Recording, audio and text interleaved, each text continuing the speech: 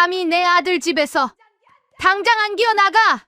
소름 끼치는 고함과 함께 굳게 닫힌 현관문이 부서지기 시작했습니다.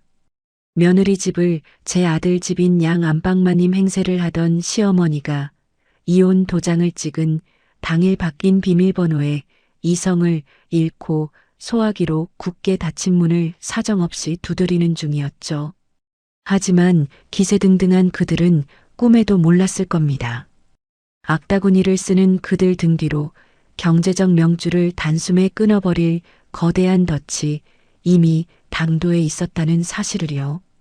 불과 5분 뒤 남의 집에서 안주인 행세를 하던 시댁 식구들의 스마트폰에 일제히 가압류 진행 통보가 쏟아지며 완벽한 알거지가 되어 쫓겨납니다. 오만했던 그들의 처절하고 완벽한 몰락. 이 통쾌한 복수극의 증인이 되어주실 분들은 구독과 좋아요 꼭 눌러주세요. 지금 바로 시작합니다. 신도시 최고급 아파트 복도에 날카로운 충격이 연달아 울려 퍼졌습니다. 일그러진 얼굴의 방 여사가 붉은 소화기를 치켜들고 수천만 원짜리 펜트하우스 현관문을 위협적으로 내리치고 있었거든요. 한 번, 두 번, 세 번. 내리칠 때마다 특수 방화문의 표면이 흉측하게 우그러져 갔습니다. 엄마 어떡해. 내 예비 시부모님들 벌써 지하 주차장에 도착하셨대. 1분 뒤면 엘리베이터 문 열린단 말이야. 사색이 된 신우이 유진이 휴대폰을 쥐고 발을 동동 굴렀습니다. 남의 집을 제 오빠 것이라고 뼈대 있는 재력가 집안인 예비시댁에 사기를 쳐놓은 겁니다. 거짓말이 들통날까봐 속에서 천불이 날 수밖에 없었죠. 이성이 마비된 방 여사는 현관문을 향해 소화기를 한 번 더 무겁게 내리쳤습니다. 이 은혜도 모르는 뻔뻔한 것이 어디서 감히 문을 걸어 잠가. 당장 안 열어? 사돈 어른들 오시기 전에 빨리 박살 내버려. 인간의 탈을 쓴 오만한 괴물이 따로 없었죠. 도어락 경고음이 미친 듯이 울려 퍼졌지만 그녀의 귀에는 아무것도 들리지 않는 듯 했습니다. 오직 자신의 얄팍한 체면을 지키기 위해 야만적인 폭력을 이어갈 뿐이었거든요. 같은 시각 어두운 현관문 안쪽 수연은 밖에서 전해지는 진동을 묵묵히 견디며 우두커니 서 있었습니다. 그녀의 시선은 꽉 움켜쥔 자신의 손바닥으로 향했습니다. 그곳에는 낡아 빠진 가죽 골무와 손때 묻은 노란 줄자가 들려 있었거든요. 시장 바닥에서 손톱 밑이 새까맣게 굼도록 평생 미싱을 밟던 어머니였습니다. 우리 딸만큼은 번듯한 아파트에서 살게 해주겠다며 굽은 손가락으로 버텨낸 세월이었죠. 그 피땀으로 얻어낸 낡은 상가주택 재개발 입주권이었습니다. 하지만 새집 입주를 고작 한 달 앞두고 부모님은 뺑소니 사고로 억울하게 세상을 떠나셨습니다. 그 참혹한 사망보험금과 맞바꾼 곳이 바로 이 집이었습니다. 수연은 거친 숨을 몰아쉬며 골무의 다른 표면을 엄지손가락으로 천천히 쓸었습니다. 어머니의 굽은 손가락이 자신의 등불을 세워주었음을 누구보다 뼈저리게 알고 있었으니까요. 세상에 사람의 탈을 쓰고 어찌 남의 피눈물을 저리 가볍게 짓밟을 수 있는 겁니까? 그때 신경을 날카롭게 긁어내리는 현관문의 마찰과 함께 도어락이 요란한 경고음을 내며 한계에 다다르고 있었습니다. 굳게 버티던 현관문에 미세한 틈이 벌어지기 시작한 겁니다. 열렸다. 엄마 빨리. 저건 머리채부터 당장 끌어내. 유진이 악을 쓰며 문손잡이를 거칠게 잡아당겼습니다. 하지만 수연은 한 발자국도 뒷걸음질 치지 않았습니다. 오히려 눈동자를 차갑게 가라앉히며 거울 속 자신의 모습을 응시했거든요. 헝클어진 머리카락을 단정하게 빗어넘기고는 테이블 위에 핸드백을 집어들었습니다. 그 안에는 저들의 돈줄을 완벽하게 끊어버릴 서류 3장이 들어 있었습니다. 수연은 휴대전화를 꺼내 대형 로펌 변호사에게 짧은 메시지를 보냈습니다. 오전 10시에 접수한 건 예정대로 오후 3시 정각에 효력 발생시킵니다. 올라오세요. 그리고 일말의 망설임 없이 현관문을 확 열어젖혔습니다. 두려움에 다리가 풀려 주저앉은 불쌍한 며느리의 모습은 그곳에 없었죠. 우아하고 고급스러운 와인색 정장을 차려입은 수연이 감정이 거세된 미소를 지으며 바닥에 나뒹구는 방여사를 서늘하게 내려다보고 있었습니다. 돌이킬 수 없는 반격의 강을 건넌 겁니다. 견고하게 버티던 방화문이 허무하게 열리며 거센 반동이 복도를 덮쳤습니다. 제 무게를 이기지 못한 방여사가 중심을 잃고 최고급 대리석 바닥 위로 볼품없이 나뒹굴었습니다. 그녀가 휘두르던 무거운 소화기가 바닥에 처박히며 둔중한 울림이 복도 전체에 무겁게 울려 퍼졌거든요. 문턱을 경계로 서늘하게 정돈된 펜트하우스의 공기와 먼지투성이 복도의 탁한 공기가 거칠게 뒤섞이는 상황이었습니다. 바닥에 엎어진 방여사는 가쁜 숨을 몰아쉬며 도끼 어린 눈으로 수연을 올려다보았습니다. 하지만 수연은 쓰러진 전 시어머니를 향해 단 한 발자국도 다가가지 않았습니다. 얼음장 같은 눈빛으로 내려다볼 뿐이었죠. 오른쪽 주머니 속에는 어머니가 평생 시장통에서 구부정하게 앉아 옷을 수선하시던 끝이 다 해진 낡은 가죽 줄자가 들어 있었습니다. 그 거칠고 닳아버린 표면을 손끝으로 매만지며 수연은 요동치는 마음을 차갑게 가라앉혔습니다. 그때 곁에서 사색이 되어 있던 유진이 악에 받친 목소리로 앙칼지게 소리를 질렀습니다. 새언니 미쳤어? 못 배운 티 내지 말고 당장 안으로 안 기어 들어가. 시장 바닥에서 구르던 상식도 예의도 없는 집안 아니랄까봐 어디서 감히 우리 엄마를 똑바로 쳐다봐. 가정교육을 들먹이며 억울하게 돌아가신 어머니까지 짓밟는 모욕이었습니다. 정말이지 속에서 천불이 나고 기가 막힐 노릇이었죠. 보통 사람 같았으면 당장이라도 멱살을 잡았겠지만 수연은 쥐고 있던 낡은 줄자의 끝을 꽉 움켜쥐었을 뿐 표정 하나 바꾸지 않았습니다. 지금 여기서 분노를 터뜨려봤자 저들의 천박한 페이스에 말려들 뿐이라는 것을 너무도 잘 알고 있었던 겁니다. 바로 그 순간 복도 끝 펜트하우스 전용 엘리베이터가 부드럽게 미끄러지며 열렸습니다. 최고급 정장을 차려입은 점잖은 인상의 노부부가 안에서 천천히 걸어 나왔죠. 유진이 예비 시부모에게 그토록 감추고 싶어 하던 이 집안의 천박한 민낯이 낱낱이 까발려지는 순간이었죠. 그들의 시야에 들어온 복도의 광경은 참으로 처참하기 짝이 없었습니다. 흉측하게 일그러진 현관문과 사방에 흩어진 도어락 파편들, 그리고 바닥에 엎어져 있는 방여사의 모습은 전쟁터를 방불케 했거든요. 그 파괴의 흔적 한가운데에 서 있는 유진은 하얗게 질려 턱이 덜덜 떨리고 있었습니다. 반면 문 안쪽에 선 수연은 와인색 정장을 입고 완벽하게 정돈된 자태를 유지하고 있었습니다. 그 극단적인 대비가 교수 부부의 발걸음을 단번에 멈춰 세운 겁니다. 아이고 사돈어른, 벌써 오셨습니까? 누추한 곳까지 발걸음하시느라 고생 많으셨지요. 험한 꼴을 보여드려 송구합니다. 이게 다 오해가 좀 있어서요. 유진은 다리에 힘이 풀려 그 자리에 털썩 주저앉아 버렸습니다. 하지만 뻔뻔하기 짝이 없는 방여사는 달랐습니다. 바닥을 짚고 황급히 일어나 엉망이 된 옷매무새를 대충 털어내며 억지 웃음을 지어 보였거든요. 방금 전까지 소화기를 휘두르던 광기는 온데간데 없이 교양 있는 사모님 행세를 하려는 그 뻔뻔한 모습은 참으로 기가 막힐 노릇이었습니다. 하지만 평생을 강단에서 보낸 교수 부인의 눈빛에는 명백한 경멸이 떠올랐습니다. 그녀는 불쾌한 기색을 전혀 숨기지 않고 바닥에 나뒹구는 소화기와 부서진 문을 번갈아 가리켰습니다. 지금 여기서 무슨 야만적인 짓들을 하고 계신 겁니까? 우리가 주소를 단단히 잘못 찾아온 모양이군요. 아닙니다, 사돈. 오해가 있습니다.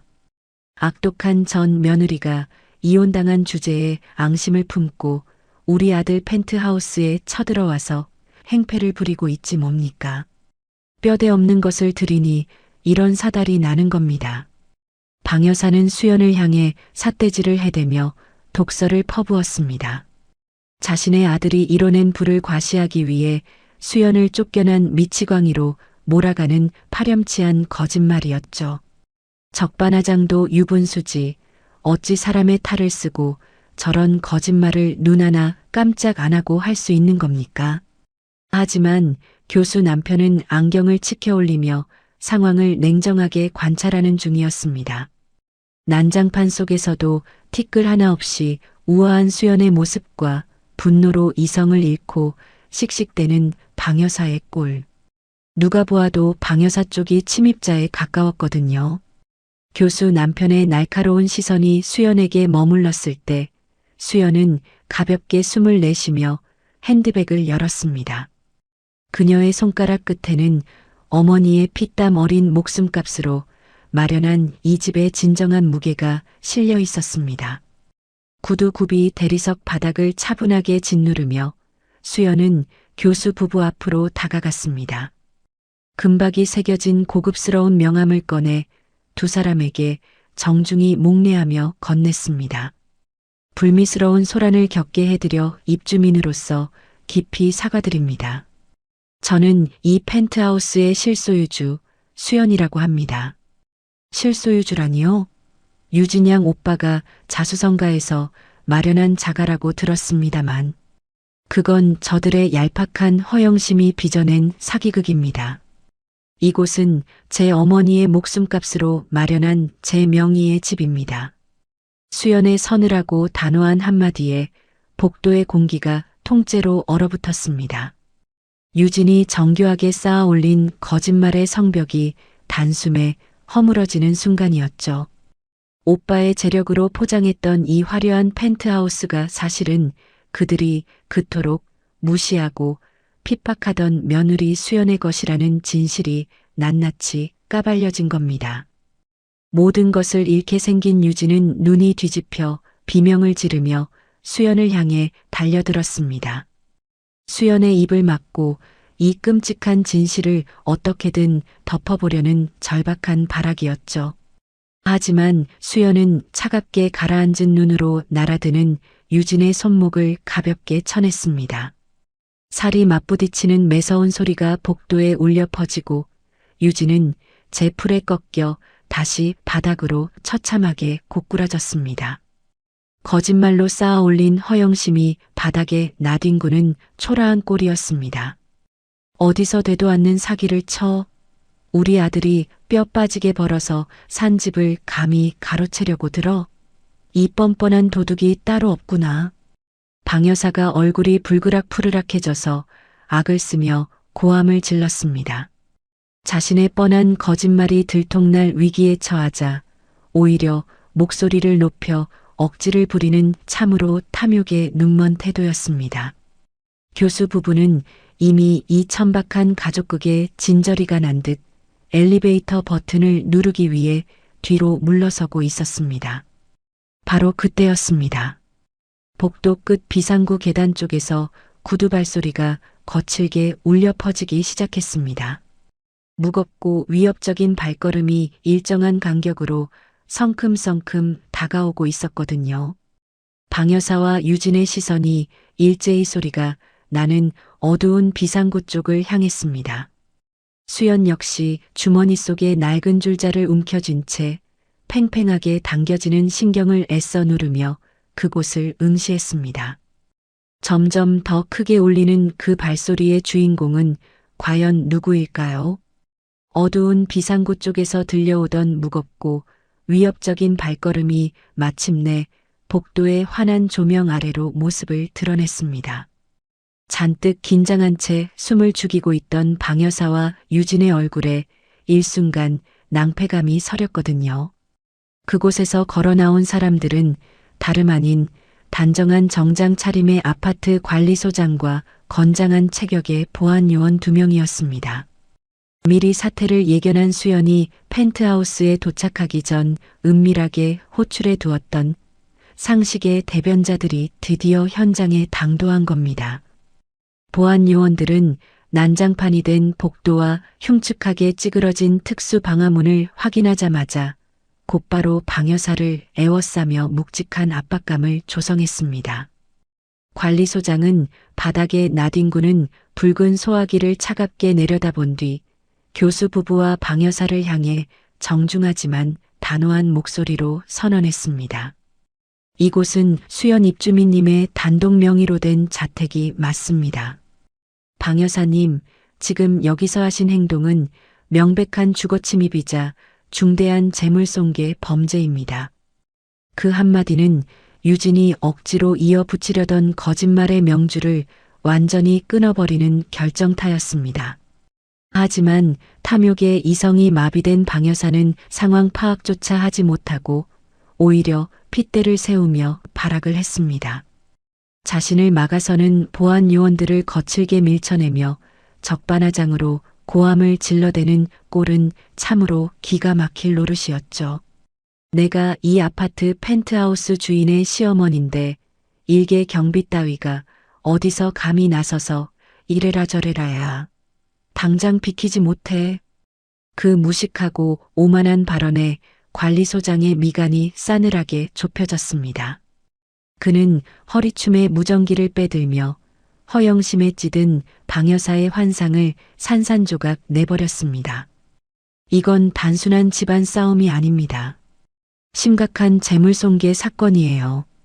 펜트하우스 전용 도어락과 특수 방화문 수리 견적만 수백만 원이 훌쩍 넘습니다. 복도 CCTV를 통해 여사님이 기물을 파손하시는 증거 영상은 이미 전부 확보해 두었고요. 수백만 원이라는 차가운 현실의 숫자가 복도에 울려 퍼지자 방 여사의 거친 숨이 턱 막혔습니다. 얼굴이 잿빛으로 질려가는 그녀 옆에서 평생을 점잖게 살아온 교수 부부의 표정은 이제 완벽한 혐오감으로 굳어버렸습니다. 남의 집 문을 소화기로 때려 부수고 수백만 원의 피해를 입히는 야만적인 사람들과 사돈을 맺을 뻔했다는 사실에 교수는 쥐고 있던 지팡이 손잡이를 꽉 움켜쥐었습니다. 이 모든 상황을 얼음장 같은 눈으로 지켜보던 수연은 주머니 속에서 어머니의 낡은 줄자를 조용히 매만졌습니다. 평생 좁은 시장통 골목에서 구분 등 위로 파스를 덕지덕지 붙여가며 재봉틀을 돌리셨던 어머니. 그 고단한 손끝에서 풍기던 미신기름 냄새가 코끝을 스치는 듯 했거든요. 지옥 같았던 시집살이 속에서 어머니의 거친 손은 수연에게 유일한 위로이자 버팀목이었습니다. 수연은 가슴 깊은 곳에서 차오르는 서러움을 꾹 삼키며 이내 그것을 차갑고 독한 복수의 칼날로 벼려냈습니다. 천륜조차 내다버린 저 파렴치한들에게 자비란 사치일 뿐이었죠. 수연은 핸드백을 열어 첫 번째 심판의 도구인 등기부등본을 꺼냈습니다. 그리고 방 여사의 발밑을 향해 그 서류를 무심하게 툭 던졌습니다. 몇 장의 종이가 허공을 가르며 대리석 바닥에 내려앉았고 감정한 톨 섞이지 않은 메마른 마찰만이 복도를 스쳤습니다. 우리 부모님 살아계실 땐 옷에서 미신기름 냄새가 난다며 투명인간 보듯 외면하시더니 억울하게 돌아가시고 나니 그 핏값으로 남겨진 이 펜트하우스만은 그렇게 탐이 나시던가요? 낯짝도 두껍지 어찌 이리도 추악하십니까? 수연의 목소리에는 분노를 넘어선 짙은 한이 서려 있었습니다. 바닥에 떨어진 등기부등본의 소유주 이름을 내려다보는 방 여사의 눈동자가 갈 곳을 잃고 사정없이 흔들렸습니다. 더 이상 어떤 변명도 통하지 않는 완벽한 증명이었거든요. 상황을 끝까지 지켜보던 교수 남편은 마침내 유진을 향해 싸늘하게 고개를 저었습니다. 사람이 재산이 없는 건 결코 흠이 아닙니다. 하지만 남의 집 문을 때려 부수고 사돈될 사람들을 속이는 이런 비상식적이고 천박한 집안에 우리 외동아들을 보낼 수는 없습니다. 오늘 이 시간부로 완벽한 파혼입니다. 단호한 파혼 선언과 함께 교수 부부는 일말의 미련도 없이 몸을 돌려 엘리베이터에 올랐습니다. 유진이 다리에 힘이 풀려 주저앉은 채 울부짖으며 바닥을 기어갔습니다. 안 돼요, 어머니. 오해가 있다고요. 제가 다 설명할 테니 제발 제 말 좀 들어보세요. 유진은 닫혀가는 엘리베이터의 은빛 문을 두 주먹으로 미친 듯이 두드렸습니다. 하지만 차가운 엘리베이터 문은 그녀의 절망을 가차없이 밀어낼 뿐이었죠. 복도에는 모든 것을 잃은 유진의 처절한 오열만이 흉하게 메아리쳤습니다. 거짓말로 쌓아 올린 허영의 탑이 완전히 무너져 내린 통쾌한 순간이었습니다. 수연은 바닥에 엎드려 통곡하는 신우이와 넋이 나간 방여사를 차갑게 내려다보았습니다. 하지만 수연의 진짜 복수는 아직 시작조차 하지 않은 상황이었죠. 그녀의 머릿속에는 아직 처리해야 할 가장 큰 표적, 30억의 빚을 몰래 떠넘기고 숨어버린 전 남편 민석의 얼굴이 선명하게 떠올랐거든요. 바로 그때 비상구 쪽 철문이 다시 한번 거칠게 흔들리며 누군가 악에 바친 숨을 내뿜고 뛰어 올라오는 낌새가 느껴졌습니다. 수연은 두 번째 심판의 도구인 이혼 판결문을 꺼낼 준비를 하며 천천히 고개를 돌렸습니다. 이 복도에 진짜 폭풍이 들이닥칠 차례인 겁니다. 유진의 처절한 오열이 채 가시지 않은 복도에 비상구 철문이 부서져라 젖혀지는 소리가 들이닥쳤습니다. 어두운 조명을 등지고 헐레벌떡 뛰어들어온 사람은 바로 수연의 전 남편 민석이었습니다. 이마에는 끈적한 땀방울이 맺혀 있었고 평소 자랑스레 빼입던 값비싼 맞춤 정장은 엉망으로 구겨져 있었습니다. 허겁지겁 뛰어오느라 가빠진 거친 숨을 몰아쉬는 그의 모습에서는 지독한 향수 냄새와 뒤섞인 탐욕의 악취가 훅 끼쳐오는 듯 했습니다. 엉망이 된 복도, 바닥에 나뒹구는 어머니 방여사와 여동생 유진의 꼴을 번갈아 보던 민석의 얼굴이 이내 불그락 푸르락 달아올랐습니다. 보안 요원들과 관리소장까지 동원된 이 처참한 광경을 보고도 자신의 가족이 무슨 짓을 저질렀는지 반성할 생각 따위는 애초에 없는 인간이었거든요. 앞뒤 상황 파악도 못한 채 다짜고짜 문 안쪽에 꼿꼿하게 서 있는 수연을 향해 성큼성큼 다가가며 삿대질을 시작했습니다. 야, 이수연. 너 지금 여기서 무슨 미친 짓거리를 벌인 거야? 기어이 하나뿐인 신우이 앞길을 망쳐? 우리 집안 우스워지는 꼴 보려고 아주 작정을 했어. 어찌나 악을 쓰는지 그의 두꺼운 목에 핏대가 선명하게 붉어져 올랐습니다. 자신의 어머니가 남의 집 현관문을 소화기로 때려 부수고 여동생이 예비 시부모에게 사기를 친 천박한 진실은 안중에도 없었죠. 오로지 자신의 체면이 깎였다는 사실에만 열을 올리며 모든 책임을 수연에게 뒤집어 씌우는 적반하장이었습니다. 그 인면수심의 뻔뻔한 낯짝을 마주하자 수연의 뱃속 깊은 곳에서부터 참을 수 없는 천불이 끓어올랐습니다. 하지만 수연은 모욕적인 삿대질 앞에서도 눈빛 하나 흔들리지 않았습니다.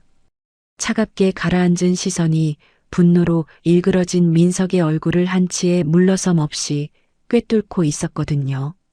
지난 10년 저 오만한 입에서 교묘하게 말장난을 치며 속이려는 모습과 달콤한 거짓말에 소가 밤마다 가슴을 치며 지새웠던 세월이 주마등처럼 스쳐 지나갔습니다. 방여사의 모진 핍박 속에서도 남편 하나만 믿고 버텼건만 돌아온 것은 끔찍한 배신과 기만뿐이었죠. 수연은 쥐고 있던 핸드백의 잠금 장치를 천천히 열어젖혔습니다. 그 더러운 손가락 당장 치워. 함부로 남의 집에 기어들어와서 이성을 잃고 행패 부리는 그 상스러운 버릇. 내가 오늘 확실하게 뜯어 고쳐줄 테니까. 감정 한 톨 섞이지 않은 수연의 단호한 경고에 민석은 콧방귀를 뀌며 비아냥거렸습니다. 남의 집이라니 명의만 내 이름으로 해두었을 뿐 이 집은 당연히 자신의 것이라고 굳게 믿는 오만방자한 태도였죠. 수연은 더 이상 저 역겨운 입에 긴 말을 섞을 가치조차 느끼지 못했습니다. 핸드백 깊숙한 곳에서 두 번째 심판의 도구인 이혼학 정판결문을 천천히 꺼내 들었습니다. 한치의 망설임도 없이 수연은 코앞까지 다가온 민석의 가슴팍을 향해 그 서류 다발을 매섭게 내리꽂았습니다. 종이 모서리가 허공을 가르며 민석의 가슴에 부딪히고 차갑고 날카로운 소리를 일으키며 바닥으로 속절없이 떨어져 내렸습니다. 예상치 못한 타격에 얼빠진 민석이 바닥에 떨어진 서류의 굵은 글씨를 내려다보았습니다. 오늘 아침 가정법원에서 완벽하게 도장 찍고 나왔어.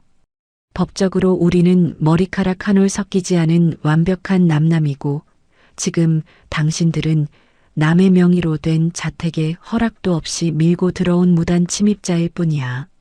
수연의 차가운 선언에 복도의 공기가 일순간 꽁꽁 얼어붙었습니다. 오늘 아침 세금 문제를 핑계로 서류상 위장 이혼을 하자고 수연을 속여 만만하게 도장을 찍게 했던 민석이었습니다. 그 모든 것이 수연이 파놓은 침이라고 완벽한 함정이었다는 사실을 이제야 깨달은 민석의 눈동자가 사정없이 요동쳤습니다. 그는 떨리는 손으로 바닥의 판결문을 신경질적으로 낚아채더니 무참하게 구겨버렸습니다. 어디서 이깟 종이 쪼가리 하나 들고 와서 안주인 행세야. 이혼 도장 하나 찍었다고 집 명의가 진짜 내 거라도 된 줄 알아? 내가 그동안 생활비로 갖다 바친 돈이 얼만데. 아내의 어머니가 목숨값으로 남겨준 귀한 집을 제 것인 양행세에 놓고 알량한 생활비 몇 푼을 들먹이며 끝까지 수연의 탓으로 뒤집어 씌우려는 모습이 참으로 기가 막힐 노릇이었습니다. 옆에서 너클 놓고 있던 방 여사 역시 아들의 등장에 묘한 기세등등함을 되찾은 듯 다시금 도끼를 품고 발악하기 시작했습니다. 아이고, 내 팔자야. 분수도 모르는 것이지 서방 잡아먹으려고 환장을 했네. 잘난 내 아들 아니었으면 네가 어떻게 이런 으리으리한 펜트하우스에서 호사를 누렸겠어. 은혜도 모르는 배은망덕한 것. 여전히 현실 파악을 못하고 아들 뒤에 숨어 억지를 부리는 꼴이 어찌나 뻔뻔한지 관리소장조차 혀를 찰 지경이었거든요. 하지만 수연은 다리에 힘을 꽉 주고 오히려 턱끝을 치켜들며 민석을 향해 한 걸음 더 바짝 다가섰습니다. 그녀의 온몸에서 뿜어져 나오는 압도적인 품격이 민석과 방 여사의 얄팍한 기세를 단숨에 짓눌러 버렸습니다. 단단히 착각하고 있나 본데 내가 지금 당신들 인생을 함부로 망치려는 게 아니야. 천륜도 체면도 내다버린 당신들이 다시는 내 깨끗한 인생에 발끝 하나 들이밀지 못하도록 법이 허락한 가장 완벽하고 잔인한 선을 긋는 중인 거지. 그 묵직하고 매서운 경고에 민석의 얼굴에서 핏기가 가셨습니다. 자신이 마음대로 쥐고 흔들 수 있다고 믿었던 순진한 아내가 이토록 도끼 품은 눈빛으로 자신을 벼랑 끝에 몰아세우고 있었거든요. 하지만 탐욕에 눈먼 파렴치한은 쉽게 패배를 인정하지 않는 법이죠. 민석의 입술 한쪽이 비릿하고 사악하게 비틀어 올라갔습니다. 가장 비열하고 더러운 최후의 카드를 꺼내들 준비를 마친 겁니다. 그래, 옛다. 이깟 집구석 더러워서 네가 다 가져라. 까짓것 펜트하우스 하나 적선한 셈 치지 뭐. 그런데 수연아, 너 내 사업 자금 30억 대출받을 때 내 이름과 내 인감으로 연대보증 서서 빌린 건 까맣게 잊었나 봐. 30억. 그 끔찍하고 거대한 숫자가 복도에 무겁게 울려 퍼지는 순간 보안요원의 무전기에서 흘러나오던 잡음마저 삼켜버릴 듯한 침묵이 내려앉았습니다. 민석은 아내 몰래 인감도장을 훔쳐 30억이라는 천문학적인 빚을 떠넘기고 도망치려 했던 것도 모자라 이제 와서 수연을 그 빚더미의 주범으로 몰아가려는 최악의 수작을 부린 겁니다. 위장 이혼으로 재산을 빼돌리고 거액의 빚만 아내의 목줄에 채워 넣으려던 추악한 계획이 드디어 본색을 드러낸 상황이었습니다. 이제 어쩔래? 그깟 집 하나 건졌다고 좋아할 때가 아닐 텐데. 이혼을 하든 말든 그 30억 빚은 네가 평생 갚아야 할 내 몫이거든. 승기를 잡았다는 듯 득에양양하게 턱을 치켜드는 민석과 그제야 살 길을 찾았다는 듯 악독하게 웃어 제끼는 방여사. 두 사람의 흉측한 얼굴이 복도 조명 아래 번뜩이고 있었습니다. 명백한 증거 앞에서도 반성할 줄 모르고 남의 등골을 빼먹으려는 인면수심의 인간들이었죠. 하지만 그들의 비열한 승리감도 잠시 수연은 다리에 힘이 풀리기는커녕 조용히 휴대폰을 꺼내 화면을 톡톡 두드리기 시작했습니다. 이 모든 파국을 처음부터 예견하고 있었다는 듯 그녀의 입가에 소름 끼치도록 차분하고 서늘한 미소가 번져갔습니다. 수연의 손 안에 쥐어진 작은 휴대폰 속에는 과연 저 오만한 입을 완벽하게 봉인해 버릴 어떤 진실이 숨겨져 있는 걸까요? 30억이라는 천문학적인 숫자가 남긴 무거운 여진이 펜트하우스 복도를 짓누르고 있었습니다. 공기 중에는 여전히 방여사가 뿜어낸 붉은 소화기 분말의 텁텁한 냄새가 떠다니고 있었거든요. 민석은 마치 완벽한 승리를 거머쥐기라도 한 것처럼 구겨진 맞춤 정장의 깃을 매만지며 입꼬리를 비열하게 끌어올렸습니다. 그의 번들거리는 눈동자에는 10년을 함께 산 아내를 향한 일말의 죄책감 따위는 찾아볼 수 없었습니다. 오히려 아내의 목에 거대한 빚더미라는 목줄을 채웠다는 사실에 묘한 희열마저 느끼는 듯한 인면수심의 태도였죠. 수연아, 이제 와서 억울한 척 시침이 떼면 곤란하지. 네가 내 손으로 인감도장 내주고 대출 서류에 떡하니 동의해 놓고서 이혼 도장 찍었다고 쏙 빠져나가시겠다고? 꿈 깨라. 그건 엄연히 부부 공동 채무야. 시장 바닥에서 구르던 네가 언제 30억이라는 돈을 만져보기나 했겠나? 당장 이 집부터 팔아서 그 빚부터 갚아야 할 거다. 아내 몰래 명의를 도용해 거액을 대출받고도 끝까지 아내의 탓으로 돌리며 어머니의 핏값인 집까지 빼앗으려는 수작이었습니다. 참으로 기가 막히고 코가 막힐 노릇이었죠. 그 모욕적인 말을 듣고도 수연은 즉각 화를 내거나 소리를 지르지 않았습니다.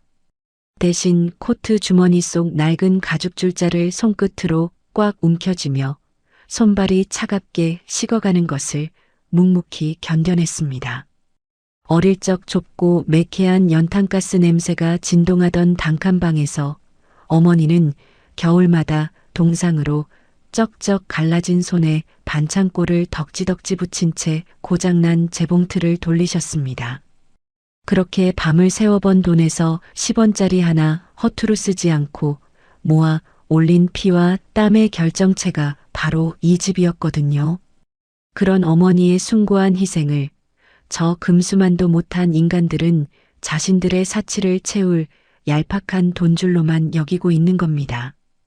그때 옆에서 아들의 눈치를 살피던 방여사가 뻔뻔한 장단에 맞춰 갑자기 뒷목을 잡고 숨 넘어가는 소리를 내며 과장된 삼류 연기를 시작했습니다. 대리석 바닥에 다리에 힘이 풀려 주저앉아 가슴을 두 손으로 마구 쥐어뜯으며 악의 받침 목소리를 뱉어냈습니다. 아이고, 내 가슴이야.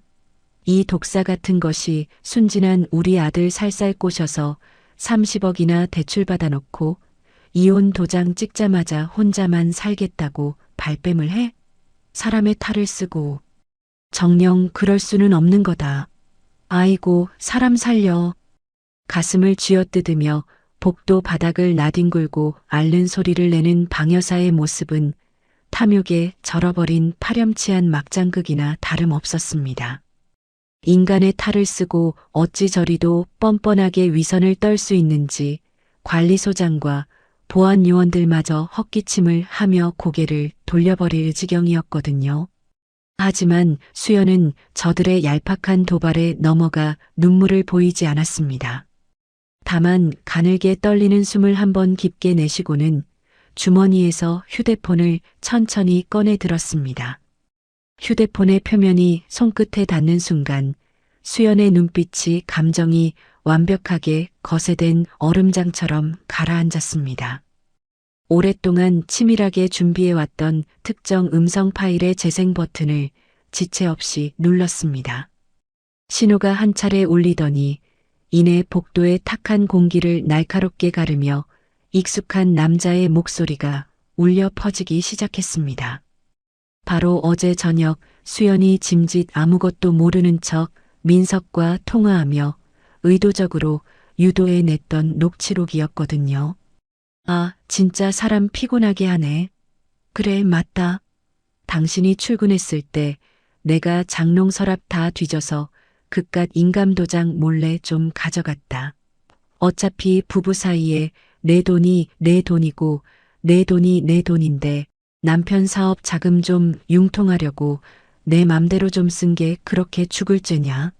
남자가 큰일 하다 보면 마누라 도장 좀 쓸 수도 있는 거지. 유난 좀 떨지 마라. 휴대폰 스피커를 통해 흘러나오는 민석의 목소리는 너무나도 또렷했습니다. 자신의 입으로 아내의 장롱을 뒤져 인감도장을 훔쳐갔다고 완벽하게 자백하는 그 음성이 텅 빈 복도 전체를 울렸습니다. 조금 전까지 아내를 범죄자로 몰아가며 턱을 치켜들던 민석의 얼굴에서 순식간에 핏기가 싹 가셨습니다.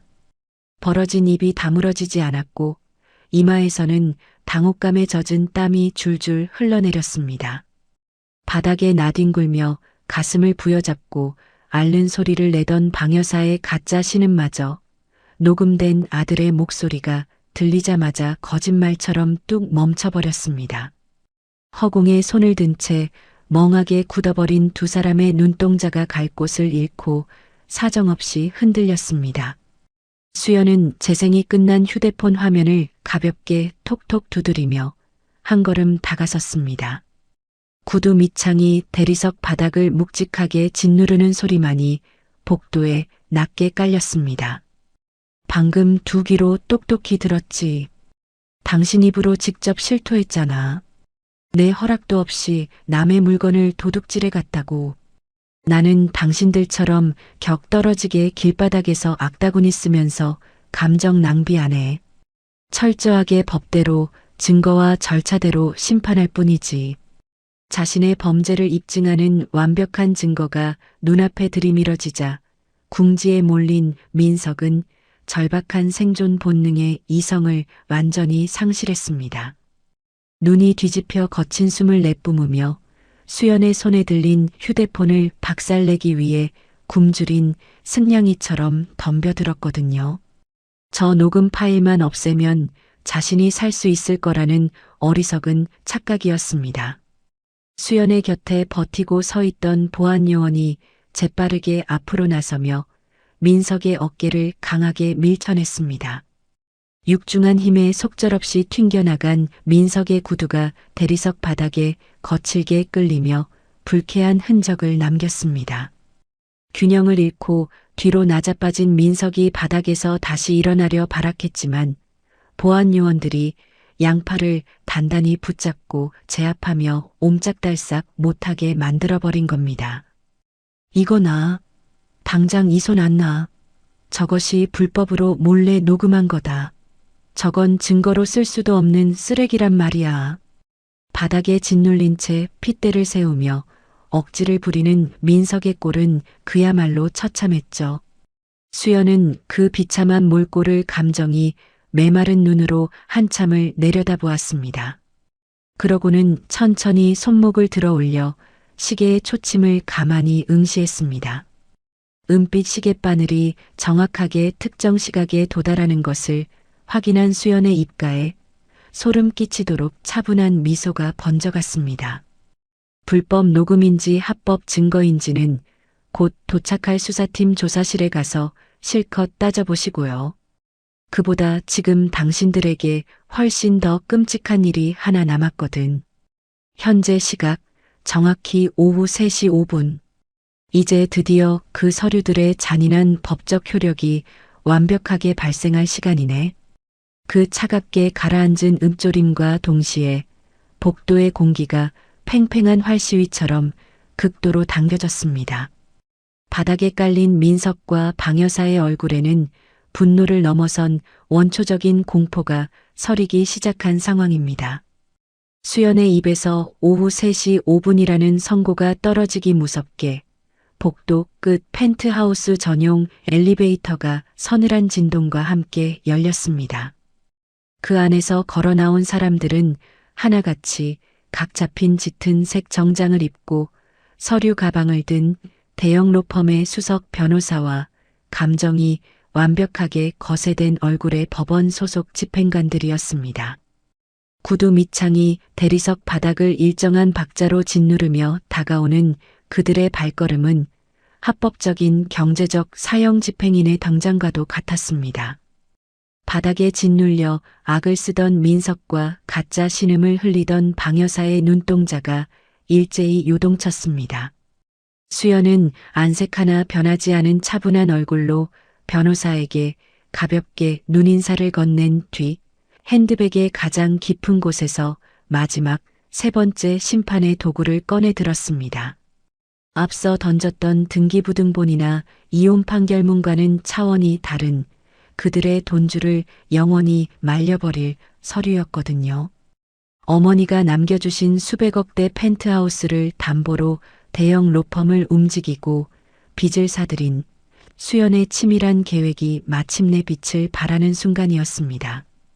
눈이 있으면 똑똑히 봐. 네가 내 인감도장 몰래 훔쳐가서 만들어낸 그 30억 대출. 내가 이 펜트하우스 담보로 돈 빌려서 은행 빚 싹 다 갚아버렸어. 은행 대신 내가 그 빚을 받아낼 권리를 통째로 사버렸다고.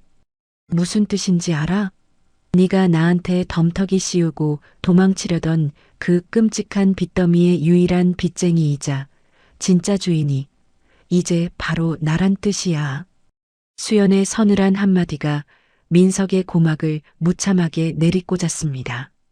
만만한 아내에게 떠넘겼다고 굳게 믿었던 그 거대한 빚더미가 도리어 아내의 손에 쥐어진 시퍼런 칼날이 되어 자신의 목줄을 꿰뚫고 있었던 겁니다. 어머니의 피땀 어린 이 펜트하우스를 담보로 삼아 오직 저 인면수심의 인간들을 합법적으로 파멸시키기 위해 수연이 오랫동안 치밀하게 짜놓은 덫이었습니다. 민석의 벌어진 입술 사이로 쉰내 나는 바람만 새어나올 뿐 아무런 반박도 하지 못하는 꼴 좋은 상황이었죠. 수연의 뒤에 서 있던 변호사가 안경을 치켜 올리더니 감정 톨 섞이지 않은 무미건조한 목소리로 법적 절차를 고지하기 시작했습니다. 채무자 정민석 씨, 그리고 연대 채무자로 엮여있는 방 여사님과 정유진 씨. 법원이 발령한 가압류 결정문이 정확히 오늘 오후 3시 정각을 기점으로 정식 발령되었습니다. 현재 귀하들의 이름으로 된 모든 금융기관 전산망을 통해 순차적으로 지급 정지 처리가 떨어지고 있는 상태입니다. 변호사의 차가운 통보가 복도에 울려 퍼짐과 동시에 믿을 수 없는 일이 벌어졌습니다. 보안요원에게 결박당한 민석의 안주머니에서 바닥에 나뒹굴던 방 여사와 유진의 핸드백 속에서 신경을 거칠게 긁어내리는 진동이 연달아 터져 나오기 시작했거든요. 세 사람의 휴대폰이 시한폭탄처럼 한꺼번에 발작을 일으킨 겁니다. 유진이 핏기가 씻은 듯 사라진 얼굴로 떨리는 손을 뻗어 휴대폰 화면을 확인했습니다. 화면 위로는 시중 금융사와 카드사에서 보낸 가압류 접수 및 전 계좌 지급 제한 안내, 신용카드 사용 정지 통보라는 문자들이 폭포수처럼 쏟아지고 있었습니다. 엄마, 내 마이너스 통장 막혔어. 당장 내일 카드값 1,000만 원 빠져나가야 하는데 잔액이 0원으로 잠겨버렸어. 나 신용불량자 되는 거야? 이제 어떡해. 평생 제 손으로 돈 100만 원 벌어본 적 없이 오빠와 어머니의 허세에 기생해 명품을 긁어대던 유진이었습니다. 돈줄이 완벽하게 끊어지자 그 자리에서 머리를 쥐어뜯으며 대리석 바닥에 엎드려 오열하기 시작했습니다. 남을 짓밟으며 쌓아올린 허영의 대가가 얼마나 혹독한지 뼈저리게 느끼는 순간이었죠. 하지만 진짜 공포는 아직 시작조차 하지 않았습니다. 침묵을 지키고 있던 법원 집행관들이 서류 클립보드를 들고 무거운 발걸음을 옮겼습니다. 그들의 시선이 멈춘 곳은 방 여사가 갓난아이처럼 가슴에 끌어안고 있던 수천만 원짜리 최고급 명품 가방과 민석의 주머니 밖으로 반쯤 튀어나온 수억 원대 수입 대형 세단의 차 키였습니다. 집행관 한 명이 방 여사 앞을 거대한 그림자처럼 막아서며 단호하게 경고했습니다. 지금 이 시간부로 채무자 명의의 모든 동산 목록화 작업에 들어갑니다. 여사님이 품고 계신 그 가방, 정민석 씨의 외제차 역시 가압류 대상입니다. 압류 딱지가 붙은 물건을 숨기거나 타인에게 빼돌린 경우 강제집행 면탈죄로 즉각 형사처벌되어 감방에 가실 수 있음을 분명히 고지합니다. 감방. 그 무거운 단어가 떨어지자 방 여사의 얼굴이 백지장으로 변했습니다. 하지만 평생을 빈 껍데기 같은 허영심으로 살아온 그녀에게 그 가방은 곧 자신의 존재 증명이나 다름없었거든요. 가방을 등 뒤로 필사적으로 숨기며 악을 썼습니다. 안 돼.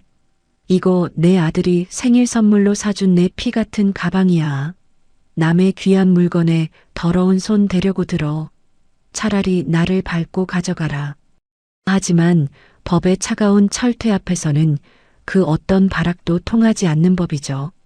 집행관들은 힘으로 가방을 빼앗는 저급한 방법을 쓰지 않았습니다. 그저 표정 하나 변하지 않고 주머니에서 노란색 바탕에 검은 글씨가 선명한 임의처분 금지 스티커의 뒷면을 천천히 벗겨냈습니다.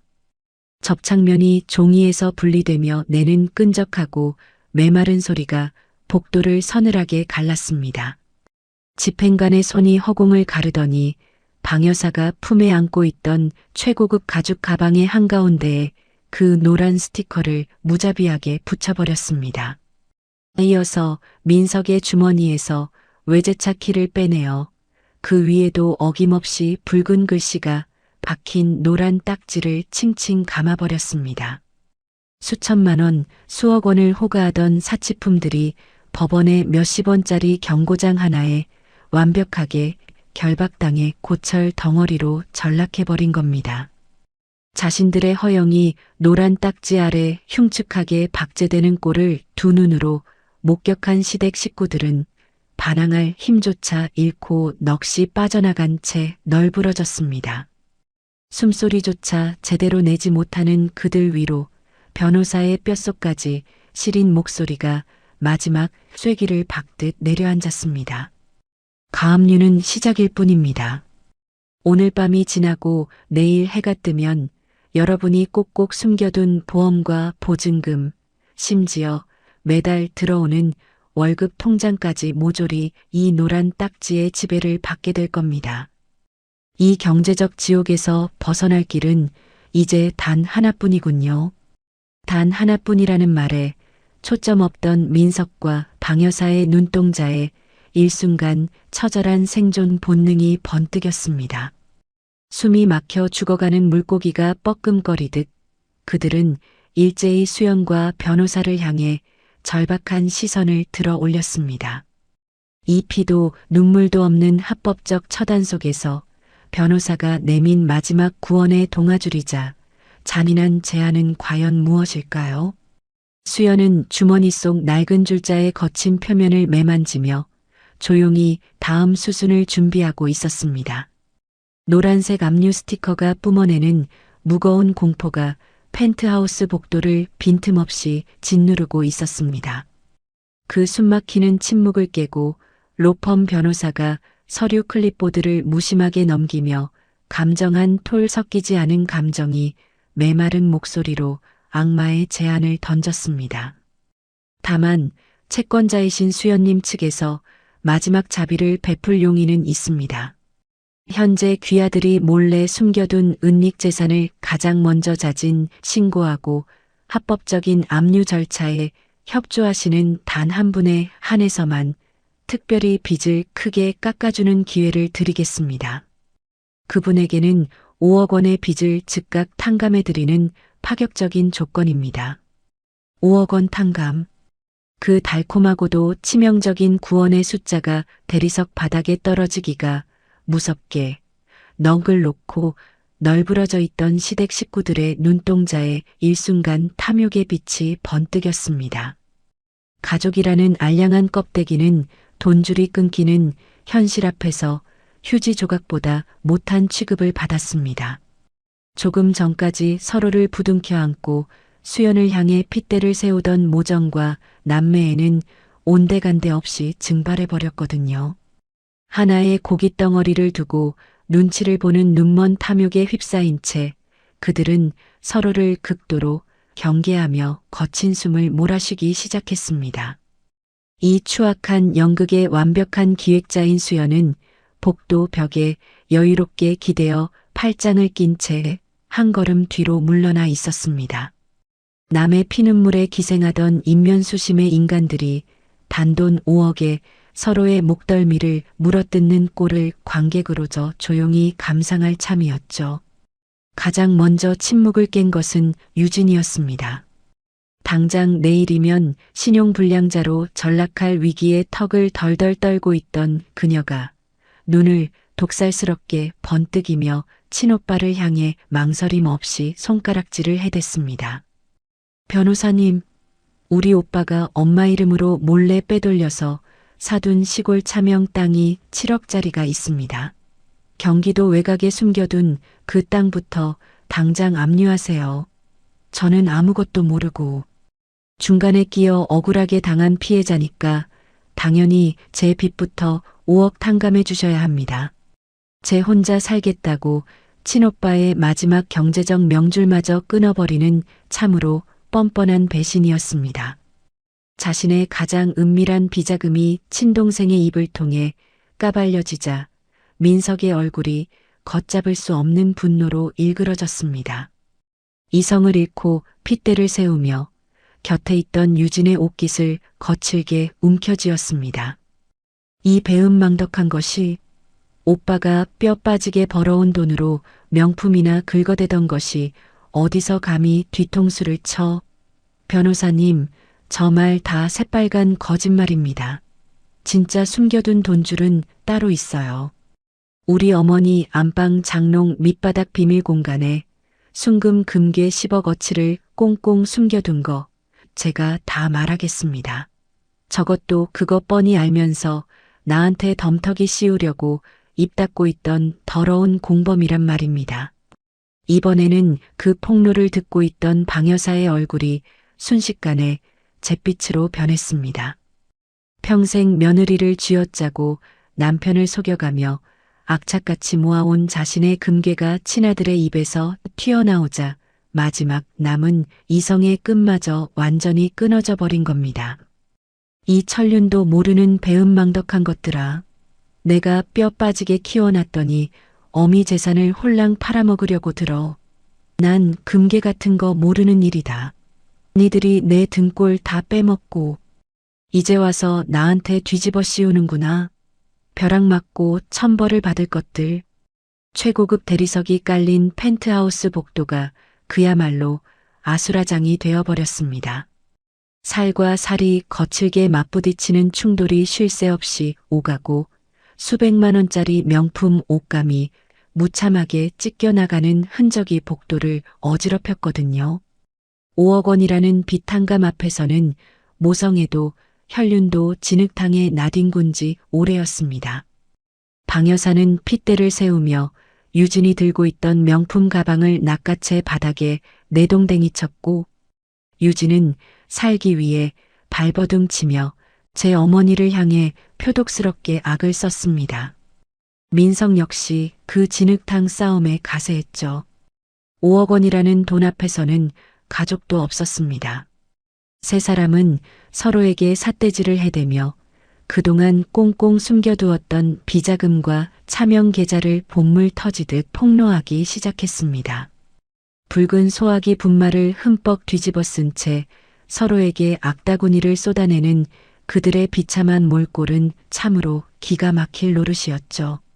수연은 그 처절한 발악을 차갑게 가라앉은 눈으로 내려다보며 오른쪽 주머니 속 어머니의 낡은 가죽 골무를 손끝으로 꽉 움켜쥐었습니다. 평생 좁은 시장 바닥에서 억센 바늘에 찔려가며 굳은 살 베인 손끝을 지켜주던 그 투박한 골무가 오늘따라 유난히 수연의 손 안에서 뜨겁게 느껴졌습니다. 가진 것 없는 사람을 투명인간 보듯 무시하며 허영에 취해 살던 오만한 자들이 결국 스스로 파놓은 탐욕의 늪에 빠져 파멸하는 꼴이었거든요. 가슴 깊은 곳에서 씁쓸하면서도 지독하게 후련한 숨이 새어나왔습니다.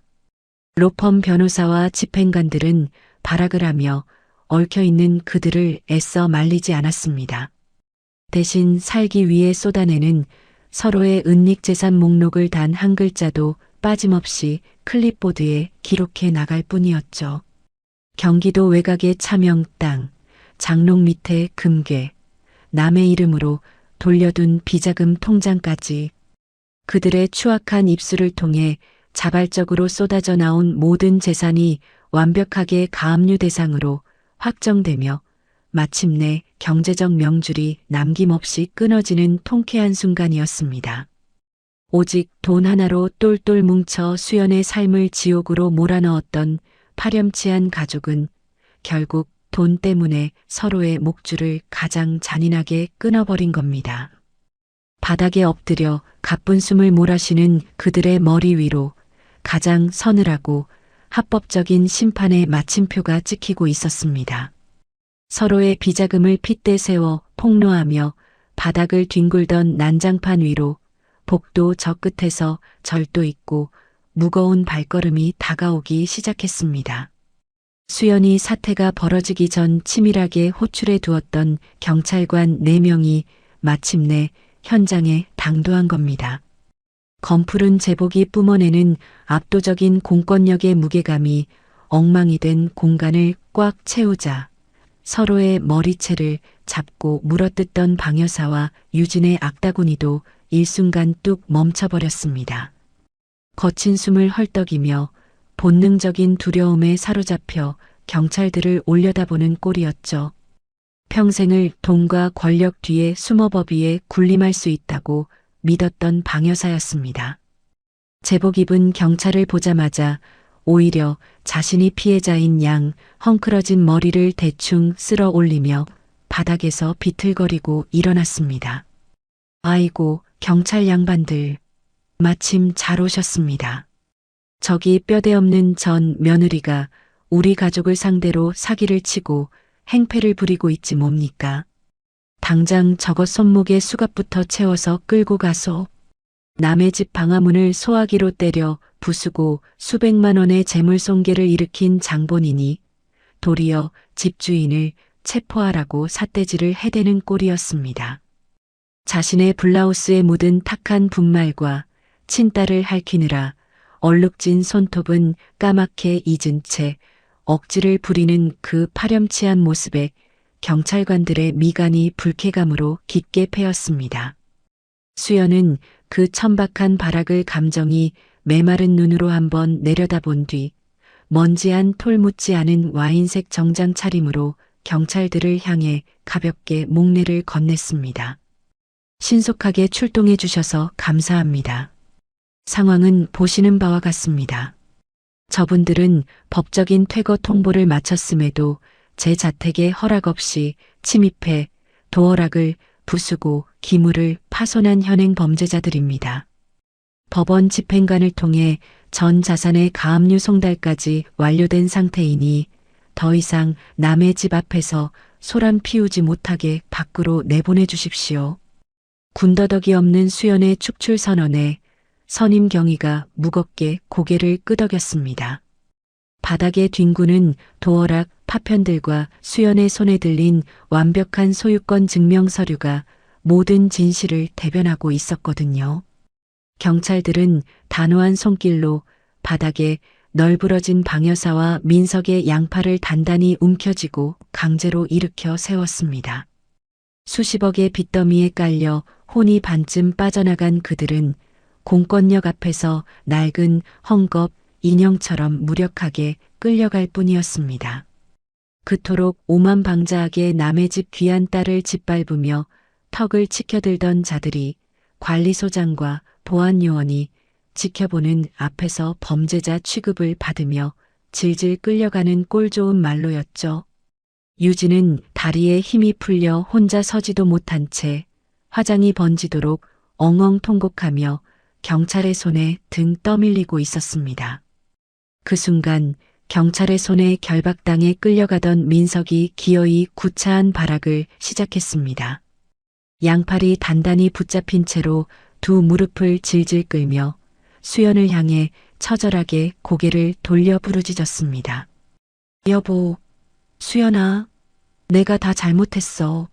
내가 잠깐 정신이 나가서 몹쓸 짓을 한 거야. 제발 한 번만, 딱 한 번만 용서해줘. 10년을 부부로 살았는데 하루아침에 남남이 될 수는 없잖아. 30억 빚지고 어떻게 길거리에 나 앉아. 나 좀 살려줘.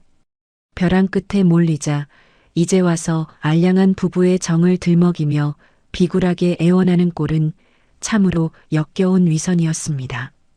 아내 몰래 도장을 훔쳐 거액을 대출받고 위장 이혼으로 모든 짐을 떠넘기려 했던 냉혈한이 눈물 콧물을 흘리며 여보 타령을 하다니요. 수연은 치밀어 오르는 짙은 환멸을 삼키며 다리에 힘을 단단히 주었습니다. 흉측하게 찌그러진 현관문 앞에 꼿꼿하게 우뚝 섰습니다. 수연은 구두 굽소리를 무겁게 내며 민석의 눈앞까지 한 걸음 다가갔습니다. 눈물로 범벅이 된 그의 비참한 얼굴을 차갑게 내려다보았습니다. 그리고 복도를 꽁꽁 얼어붙게 만드는 마지막 선언을 내리꽂았습니다. 그 더러운 입으로 감히 여보라는 말 담지 마. 당신들이 내 어머니를 모욕하고 내 목줄을 옥죄었던 10년의 지옥은 오늘로 끝났어. 이제부터는 나한테 빌 게 아니라 법대로 갚고 법의 심판대로 온전하게 책임져. 당신들 같은 인간이 내 깨끗한 인생에 다시 들어올 일은 없을 테니까. 선은 정확히 여기까지야. 그 얼음장 같은 쐐기에 민석은 하얗게 질린 입술만 뻐끔거릴 뿐 단 한마디의 반박도 하지 못했습니다. 자신이 휘두르던 오만과 기만이 거대한 부메랑이 되어 경제적 명주를 완벽히 꿰뚫는 순간이었죠. 경찰의 빈틈없는 통제에 이끌려 시댁 식구 3명은 수치스럽게 엘리베이터 안으로 맥없이 밀어 넣어졌습니다. 명품 옷은 갈기갈기 찢어지고 얼굴에는 붉은 분말과 눈물이 범벅이 된 그들의 몰골은 세상에서 가장 비참한 패배자의 모습이었습니다. 은빛 엘리베이터 문이 천천히 닫히기 시작했습니다. 점점 좁아지는 문틈 사이로 방여사의 일그러진 눈동자와 민석의 절망적인 얼굴이 비쳤지만 두꺼운 엘리베이터 문은 자비 없이 그들의 흔적을 어둠 속으로 잘라내버렸습니다. 수연의 세상에서 가장 합법적인 방식으로 완전히 지워지는 숨막히도록 통쾌한 결말이었습니다. 엘리베이터가 지하로 추락하는 붉은색 층수 표시를 가만히 확인한 뒤에야 수연은 팽팽하게 당겨졌던 어깨에 힘을 조용히 풀었습니다. 오른쪽 주머니 안에서 꽉 쥐고 있던 어머니의 낡은 가죽 골무가 마치 수고했다며 차가워진 손바닥을 따뜻하게 감싸주는 듯 했거든요. 수연은 붉은 먼지와 파편으로 엉망이 된 복도를 영원히 등진 채 부모님의 헌신이 오롯이 담긴 펜트하우스 안으로 천천히 발걸음을 옮겼습니다. 등 뒤로 육중한 현관문이 닫히며 외부의 모든 소음을 완벽하게 차단해 버렸습니다. 그 단절의 무게 속에서 마침내 수연의 고요하고 온전한 삶이 다시 시작되고 있었습니다. 그 숨막히던 펜트하우스의 파국으로부터 정확히 3년이라는 혹독한 세월이 흘렀습니다. 화려한 네온 사인이 밤새도록 번쩍이는 신도시 번화가에서 한참을 벗어난 후미지고 축축한 변두리 상가 뒷골목이었습니다. 살을 내는 매서운 겨울바람이 쓰레기 봉투 사이를 날카롭게 훑고 지나가는 그곳에 등허리가 굽은 초라한 노파가 쭈그려 앉아 있었거든요. 산더미처럼 쌓인 고깃집의 시커먼 기름때 낀 불판들을 거친 철수세미로 박박 문지르고 있는 그녀는 다름 아닌 방여사였습니다. 수천만 원짜리 최고급 명품 가방을 갓난아이처럼 끌어안고 턱을 치켜들던 그 귀부인의 모습은 온데간데 없이 증발한 지 오래였습니다. 매일같이 얼음장 같은 찬물에 담가 퉁퉁 부어오른 열 손가락 마디마디는 지독한 관절염으로 흉측하게 변형되어 있었습니다. 갈라진 피부 틈새로 스며든 시커먼 기름때는 아무리 독한 비누로 문질러도 지워지지 않는 가난의 낙인과도 같았죠. 아이고 할매, 내가 불판 구석구석 빡빡 문지르라고 몇 번을 말합니까? 손님들 고기 먹다 숯검댕이 씹으면 할매가 배상할 거예요? 돈값 못하고 그렇게 군뱅이처럼 굴 거면 당장 앞치마 벗고 나가요. 젊은 식당 주인의 신경질적인 호통이 좁은 뒷골목을 매섭게 때렸습니다. 예전 같았으면 어디서 감히 나한테 큰 소리냐며 악다구니를 썼을 방여사입니다. 하지만 지금 그녀는 얼어붙은 시멘트 바닥에 납작 엎드려 비굴하게 고개를 조아릴 수밖에 없었습니다. 당장 이 식당에서 쫓겨나면 오늘치 일당 5만 원을 받지 못하고 그 돈이 없으면 가압류된 통장 위로 매일같이 불어나는 30억 빚의 이자조차 감당할 수 없는 끔찍한 현실이었거든요.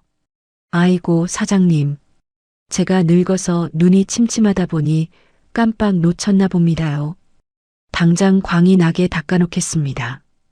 한 번만 봐주십시오. 코끝을 찌르는 탁하고 매캐한 기름 냄새 속에서 방여사의 두 눈에서 탁한 눈물이 뚝뚝 떨어져 얼음장 같은 대야 속으로 섞여들었습니다.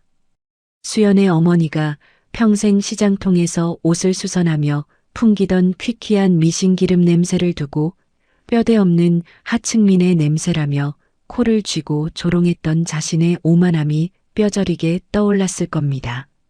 남의 피눈물을 비웃던 그 교만한 입술이 이제는 남이 먹다 버린 고기 불판을 닦아내며 푼돈을 구걸하는 처지로 완벽하게 전락해버린 겁니다. 같은 시각 칠흑 같은 어둠이 깔린 외곽의 대형 물류센터 하역장이었습니다. 지독한 매연과 흙먼지가 뒤엉킨 탁한 공기 속에서 땀에 젖은 작업복을 입은 채 무거운 택배 상자를 쉴 새 없이 나르는 남자가 있었습니다. 수백만 원짜리 맞춤 정장만 고집하며 아내를 무시하던 민석이었죠. 안전모 아래로 드러난 뺨에는 먼지가 덕지덕지 달라붙어 있었고 무거운 짐을 들고 허리를 굽힐 때마다 척추가 어긋나는 듯한 고통이 온몸을 관통했습니다. 컨베이어 벨트 위로 밀려드는 상자들을 맨몸으로 받아내며 폐부가 찢어질 듯한 거친 숨을 연신 토해내고 있었거든요. 야, 거기 23번. 동작 안 빨리 해? 물량 밀리는 거 눈에 안 보여. 비실비실 일할 거면 당장 짐 싸서 꺼져. 일할 사람 널렸어. 현장 반장의 거친 욕설이 확성기를 타고 작업장에 내리꽂혔습니다. 민석은 이를 악물며 묵직한 상자를 다시 어깨 위로 짊어졌습니다. 육체 노동을 하는 사람들을 향해 배운 것 없는 밑바닥 인생이라며 함부로 혓바닥을 놀리던 그 파렴치한 남자가 이제는 그 밑바닥에서조차 쫓겨나지 않기 위해 발버둥 치는 비참한 처지가 된 겁니다. 유진의 상황도 생지옥이기는 마찬가지였습니다. 햇빛 한 줌 들어오지 않는 변두리 상가 건물 지하, 좁고 답답한 고객센터 칸막이 책상 앞이었습니다. 유진은 싸구려 헤드셋을 낀 채 수화기 너머로 쏟아지는 진상 고객의 폭언을 꼼짝없이 듣고 있었습니다. 상담원 아가씨, 말을 그따위로밖에 못해? 집구석에서 가정교육을 어떻게 받았길래 그 모양이야. 당장 환불 안 해주면 내일 그쪽 센터 찾아갈 거야. 백화점 명품관에서 조금만 마음에 안 들어도 직원들을 무릎 꿇리며 천박한 갑질을 일삼던 그녀가 이제는 그 저주스러운 말들을 고스란히 제 얼굴로 받아내고 있었습니다. 굴욕감에 눈물이 뺨을 타고 턱 밑으로 뚝뚝 떨어지는 와중에도 행여나 통화가 끊겨 해고당할까봐 떨리는 목소리로 억지 웃음을 짜내야 했습니다. 고객님, 마음 상하게 해드려 정말 죄송합니다. 즉시 다시 확인해 보겠습니다. 비굴하게 고개를 숙이는 그 꼴은 남을 짓밟으며 살던 악업이 만들어낸 완벽한 부메랑이었죠. 그날 새벽 야간 상하차 작업의 짧은 휴식 시간이었습니다. 찬바람이 매섭게 몰아치는 물류센터 구석 차가운 시멘트 바닥에 주저앉아 민석은 꽝꽝 얼어붙은 싸구려 빵 조각을 입에 우겨 넣고 있었습니다. 그때 먼지투성이 주머니 속에서 액정이 깨진 낡은 휴대폰이 짧고 둔탁한 진동을 토해냈습니다. 화면을 확인한 민석의 두 눈이 공포로 크게 벌어졌습니다. 법원 추심 명령 확정. 연이어 도착한 주거래 금융사의 무미건조한 통보 문자가 그의 눈앞에 찍혔습니다. 귀하의 금일 일당 15만 원 중 법정 최저생계비를 제외한 전액이 압류 및 채권자 수연님 계좌로 강제 압류되어 이체 완료되었습니다. 현재 잔액 0원. 뼈와 살을 갈아 넣어 밤새 일해번 돈이 통장에 꽂히기가 무섭게 수연의 계좌로 자동 흡수되어 버린 겁니다. 아무리 발버둥 치고 굶주려가며 일해도 영원히 줄어들지 않는 30억이라는 빚의 굴레. 도저히 빠져나갈 수 없는 완벽한 경제적 사형 선고나 다름없었습니다. 안 돼. 내 돈. 내 피 같은 돈. 민석은 이성을 잃고 울부짖으며 먹다 남은 빵을 내던지고 꽝꽝 얼어붙은 시멘트 바닥을 두 주먹으로 내리쳤습니다. 하지만 그 처절한 절규는 거대한 물류센터에 돌아가는 소리에 무참히 묻혀 누구에게도 닿지 않았습니다. 수연은 처음부터 그들을 해치거나 다칠 생각이 전혀 없었습니다. 그들의 살 길을 끊지도 않았죠. 단지 헛된 사치와 타인을 향한 오만방자함을 베어내고 스스로 짊어진 거대한 빚더미를 갚기 위해 평생 쉴 틈 없이 노동해야만 하는 자업자득의 굴레를 채워주었을 뿐입니다. 가장 서늘하고 완벽한 무형의 감옥 속에서 저들은 빚이라는 거대한 쇳덩이를 발목에 매단 채 살아가야 할 처지가 된 겁니다. 길고 길었던 3년의 시간은 상처를 지우고 단단한 쇠사를 돋게 하기에 충분했습니다. 차갑고 날선 대리석 복도에서 벗어나 따스한 봄 햇살이 골목 구석구석을 부드럽게 감싸 안는 어느 한적한 동네였습니다. 봄바람이 코끝을 스치고 지나가는 그 길목의 끝에 작지만 정갈한 간판을 단 동네 베이커리 카페가 자리하고 있었습니다. 수연은 부모님이 피땀 흘려 남겨주신 소중한 유산인 펜트하우스를 그 누구에게도 빼앗기지 않고 온전히 지켜냈습니다. 탐욕스러운 시댁 식구들을 법의 이름으로 영원히 몰아낸 그 넓고 고요한 집은 이제 수연에게 가장 안전한 성곽이자 평안한 안식처가 되었습니다. 매달 법원을 통해 강제로 추심되는 전 남편 일가의 죗값이 쌓여가는 것을 확인하며 수연은 마음속 깊이 품어왔던 오랜 꿈을 마침내 꺼내 들었습니다. 한적한 동네 어귀에 작고 따뜻한 빵집을 여는 것이었죠. 앞치마를 단정하게 두른 수연이 맑은 유리문을 부지런히 닫고 있었습니다. 입술 사이로 작고 평온한 콧노래가 흘러나왔죠. 하얗고 부드러운 천이 투명한 유리를 스칠 때마다 봄날의 햇살이 반사되어 가게 안을 환하게 비추었습니다. 시댁 식구들의 야만적인 횡포를 막아내기 위해 굳게 닫아야만 했던 펜트하우스의 육중한 철문과는 달리 지금 수연이 마주하고 있는 문은 안과 밖이 투명하게 들여다보이는 가볍고 맑은 유리문이었습니다. 문 위쪽에 달린 작은 황동종이 경쾌하게 흔들리며 손님의 도착을 알렸습니다. 아이고, 수연 세댁. 오늘도 빵 굽는 냄새가 어찌나 고소한지 가던 길을 그냥 지나칠 수가 없었어. 어머나, 어르신들 오셨어요. 바람이 제법 찬데 밖에서 얼마나 걸으신 거예요? 얼른 이쪽 따뜻한 자리로 모실게요. 동네 홀몸 어르신 세 분이 지팡이를 짚고 환하게 웃으며 가게 안으로 들어서셨습니다. 수연은 하던 일을 멈추고 마중을 나가듯 다가갔습니다. 어르신들의 거칠고 굽은 손을 자신의 두 손으로 다정하게 감싸쥐었죠. 관절염으로 마디가 굵어진 어르신들의 굽은 손등 위로 수연의 따뜻한 체온이 고스란히 전해졌습니다.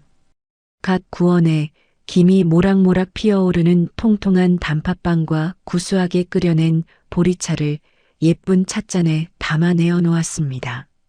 매번 이렇게 귀한 걸 공짜로 받기만 해서 미안해서 어쩌누. 세상에 이렇게 고마울 때가 있나? 무슨 말씀이세요, 어르신. 제가 참 좋아서 끓이는 차인걸요.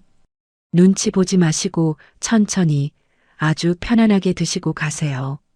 가게방 봄바람에 살랑이는 작은 나무 팻말에는 수연이 직접 적어 내려간 다정한 문구가 적혀 있었습니다. 동네 어르신들 지나가시는 길에 따뜻한 차 한 잔 편히 드시고 가세요. 따뜻한 보리차는 늘 정성껏 끓여두고 있습니다. 그 작은 팻말은 이 골목을 지나는 모든 외로운 이들에게 수연이 내미는 조용한 위로였습니다. 수연은 창가에 서서 햇살을 받으며 차를 드시는 어르신들을 온화한 눈빛으로 바라보았습니다. 그리고 마지막 내레이션이 조용히 흘러나왔습니다. 부모님이 남겨주신 소중한 집과 마지막 존엄을 지키기 위해 저는 그 차가운 철문을 굳게 닫아 걸어야만 했습니다. 활짝 열린 유리문 사이로 봄바람이 부드럽게 밀려 들어왔습니다. 하지만 이제 이 문은 저와 이웃이 언제든 곁을 내어주고 함께 쉬어갈 수 있는 가장 따뜻한 문이 되었습니다. 수연의 목덜미 아래로 작은 펜던트 하나가 봄 햇살을 받아 영롱하게 반짝이고 있었습니다. 돌아가신 친정어머니가 평생을 품고 사셨던 낡고 다른 가죽 골무였습니다. 그 투박한 골무를 금빛 체인에 엮어 만든 목걸이를 매만지며 수연은 그 어느 때보다 편안하고 눈부신 미소를 지어 보였습니다. 부모님의 유산을 완벽하게 지켜내고 마침내 진정한 자신의 삶을 나누며 살아가는 한 여자의 빛나는 얼굴을 끝으로 길었던 이야기의 막이 진한 감동과 함께 천천히 내려갑니다. 인생사연지혜의 가족 여러분, 수연이의 속 시원하고 가슴 뭉클한 이야기 어떻게 들으셨나요? 차가운 철문을 닫고 따뜻한 유리문을 연 수연이처럼 우리 가족 여러분의 남은 여정에는 더 이상 시린 바람 불지 않고 얼어붙은 마음까지 녹여주는 다정하고 포근한 기운만 머무르기를 두 손 모아 기도합니다. 늘 건강하시고 평안하세요.